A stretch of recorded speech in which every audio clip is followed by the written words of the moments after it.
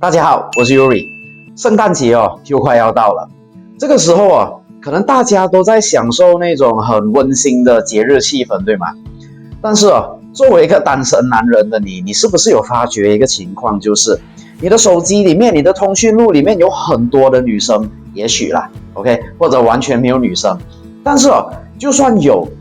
你有没有感觉到一个情况，就是无论你怎么约，你怎么发信息，就是没有人愿意跟你出来过平安夜呢？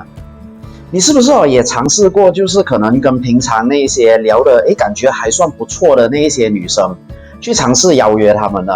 结果他们给你的回复基本上就是要么没空，要么可能干脆就直接已读不回了，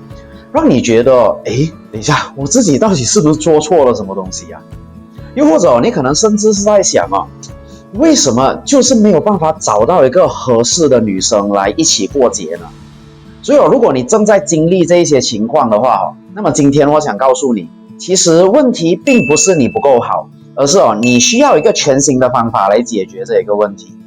因为既然通讯录里面的女生怎么样约都约不出来，那我们就干脆转换策略好了，我们就直接出门去认识那些新的单身女生，让你的平安夜成为你的脱单夜。当然我知道你一定会想就是怎么可能做得到不可能吧？不过其实你会这样子想也是很正常的。不然这样子我就跟你讲一个我自己的亲身经历好了。我是怎么样在平安夜这一天认识到我的其中一任女朋友的。因为如果要说到平安夜没人陪这一个情况真的我是特别能了解的，特别能理解。因为曾经就在8年前我自己就经历过那种很孤独的那种感觉，就是节日没有人陪的那种感觉真的这个感觉很刻骨铭心因为那个时候我的事业其实是蛮稳定的，虽然说事业稳定啦，但是整个感情生活可以说完全就是空白。然后很不巧的，平安夜到了，我在看着手机里面我翻了一遍又一遍那个通讯录，然后我鼓起勇气发信息给几个我觉得聊得来的女生。然后呢，结果就是有女生说不好意思我有约了，有女生说太忙了，下次吧。我也不知道节日她他妈的会忙什么东西。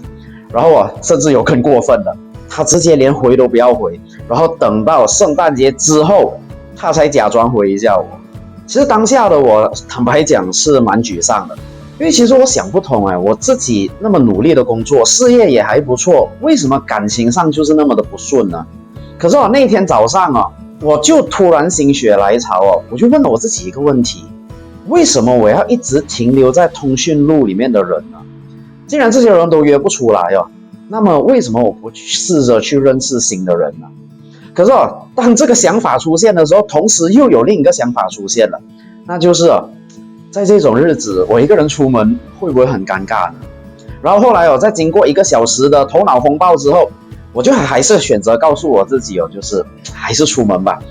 就算真的尴尬的好，真的觉得很尴尬很受不了的话，那就直接回家就好了，反正也没什么损失嘛。所以兄弟没有错，在这里记住不要躲在家里 OK， 这个节日的时候千万不要躲在家里，你一定要出门去。因为只要你愿意踏出去，你愿意出门奇迹就会有发生的余地。相反呢，如果你选择就是很舒服的待在家里的话，那么你今年的孤单的平安夜其实就跟你往年的孤单平安夜其实是没有什么区别的，你只是进入一个轮回而已。所以我就决定去试试，我就洗好澡，我喷好香水，然后我换上我觉得最好看的衣服。但是在这个时候另一个问题又来了，我开始问我自己，我到底该去哪里呢？所以后来我想了一下，分析了一下之后呢，我的分析结果是我必须要去人多而且气氛好的地方。为什么呢？因为这些地方遇见女生的机会是最大的，而且也容易打开任何想要聊的话题。所以这个时候我就立刻上网去搜索我的周围有没有什么圣诞节的庆祝活动。然后我运气很好，我还真的找到一个人气蛮高的一个圣诞集市然后我就到了那个集市去那天很多人，然后气氛也特别好。重点是我看见很多没有男伴陪伴的漂亮女生。但是当我还没有来得及开心玩的时候另一个问题又来了，那就是我开始有点紧张了。我不知道怎么样去跟陌生女生讲话，怎么样去开口。当时我就一直在想，我到底应该用什么话题去开场呢？后来我看到一位穿着黑色晚装的女生，她就站在一个那个装饰的很漂亮的圣诞树下面，而且然后她在用手机拍照，然后拍得很专注，我甚至以为她可能是摄影师还是什么。然后我看她那么专注我有点稍微犹豫了一下，可是最后我还是选择走过去了，然后鼓起勇气跟她讲了一句：你可不可以帮我拍一张照片呢？说完之后其实我的心里是有一点点的忐忑不安的。为什么呢？因为其实那个时候我很怕就是对方会觉得我是一个很奇怪的人，你干嘛突然走来跟我讲话这样子？但是出乎我意料的是他就把他的手机放下来，然后看了我一下，然后笑一下，就说好啊。然后我们就进入一个就是可能你看过女生拍照的时候的那种环节吧 ，OK， 就是他就一直在那里帮我调角度，然后叫我可能左一点啊，右一点啊。然后拍了有16、17张左右，而且重点是他拍的照片都蛮好看的，所以果然就是拍照这种事情还是要交给女生来。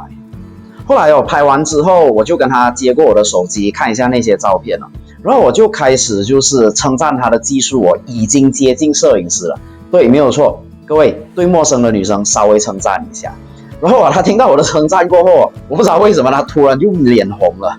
然后他脸红的当儿他还有一点点腼腆的笑着跟我讲，还好啦 ，OK， 是真的脸红腼腆的那一种。所以你看就是这么一句话让我们开始有话题，让我们开始聊了起来。然后之后细节我没有办法记得很清楚，不过我们聊了很多，比如就是我们平时的兴趣啊，然后喜欢吃的美食之类等等的。然后我就讲了一句就是你看前面好像很多那种摊贩在卖小吃我们去逛一下好不好？他直接就说好。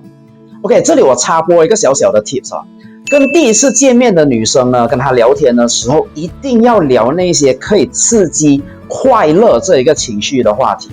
为什么呢？因为当你刺激到快乐这个情绪的时候，他会把这个情绪投射在你身上，然后他就会下意识的认为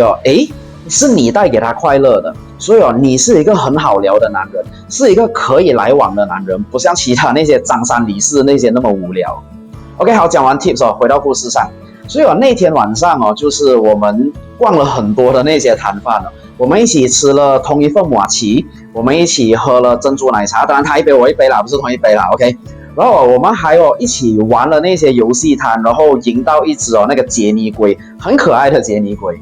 然后后来因为那个地方靠近海边嘛，我就说走啊，我们一起去看夜景啊。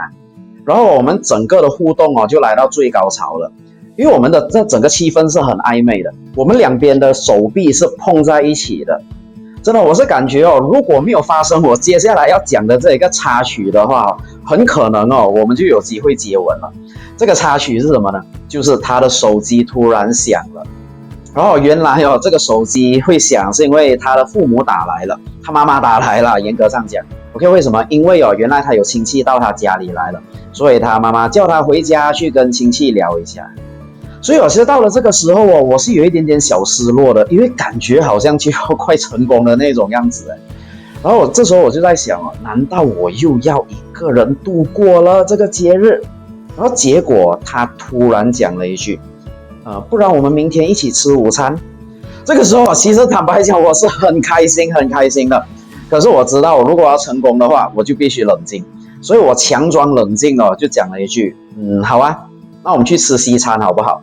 然后这个时候他笑着说好啊，你选好了地点让我知道，然后我们就交换了那个联系方式了。所以各位那一天那一次的那一个平安夜是我人生中第一次感觉到平安夜节日是不需要孤单的，也是第一次让我感受到原来主动出击是可以给我们得到幸福感的。然后就在隔天的约会之后，我就变成了她的男朋友了。OK， 不过这个就是另外一个故事了，以后有机会我再跟你们分享。所以那一次的经历之后我明白了一件事情，就是原来认识新的人认识陌生的人其实是没有那么困难的。因为很多时候我们都下意识的认为陌生人一定会拒绝我们。这个经历让我明白就是其实陌生女生是不一定会拒人于千里之外的。只要你愿意主动，你真诚的开口，其实你还是有可能可以创造属于你的爱情的。OK， 好了，那么来到这里我就总结一下，你在平安夜想要创造缘分的话，你应该做些什么事情啊 ？OK， 首先第一件事，不要待在家里，有出门，记住，有出门你就有机会。第二件事情，记得就算出门，要选择人多气氛好的地方，不要选择那种没人去的地方。OK， 最好就是那种有庆祝活动的那种地方为佳，因为美女生最多。然后第三件事情就是记住，永远用轻松的话题还有开场白去跟女生交流，不要表现出太多的意图。然后第四件事，邀请女生去走走逛逛，就算那个女生她愿意跟你聊天，邀她去走走，不要站在同一个地方一直聊，因为我保证你这样子做的话，你很快就会没有话题聊。最后，如果你想要知道怎么样快速提升女生对你的好感，将她从你的朋友变成女朋友的话呢，这里我有一份礼物要送给你，也算是应景啦。这个礼物就是我新推出的线上课程聊出爱情。在这个课程里面呢，我会告诉你如何在聊天里面你只要做好5件事情，对，不多，就5件，就能让女生主动找你聊天，邀约你，甚至对你产生大量的好感的。当然时间有限 ，OK， 我没有办法在这里讲太多，所以你现在要做的很简单，就是到底下的资讯栏或者置顶留言里面的那个链接，你点下去，你就能得到就是我们这个限时免费的线上课程 ，OK， 要立刻行动因为我随时都可能会下架这一个课程的，到时如果你再跟我要的话，我也是不会给你的。所以 OK， 最后如果你觉得这支影片对你有帮助的话，不要忘了点赞、订阅我们的频道，还有就是留言告诉我，就是你的平安夜你希望有什么样的成果 ，OK？ 祝大家有一个愉快的那个节日 ，OK？ 或者平安夜，祝大家有一个愉快的平安夜、圣诞节。我们下一个影片再见。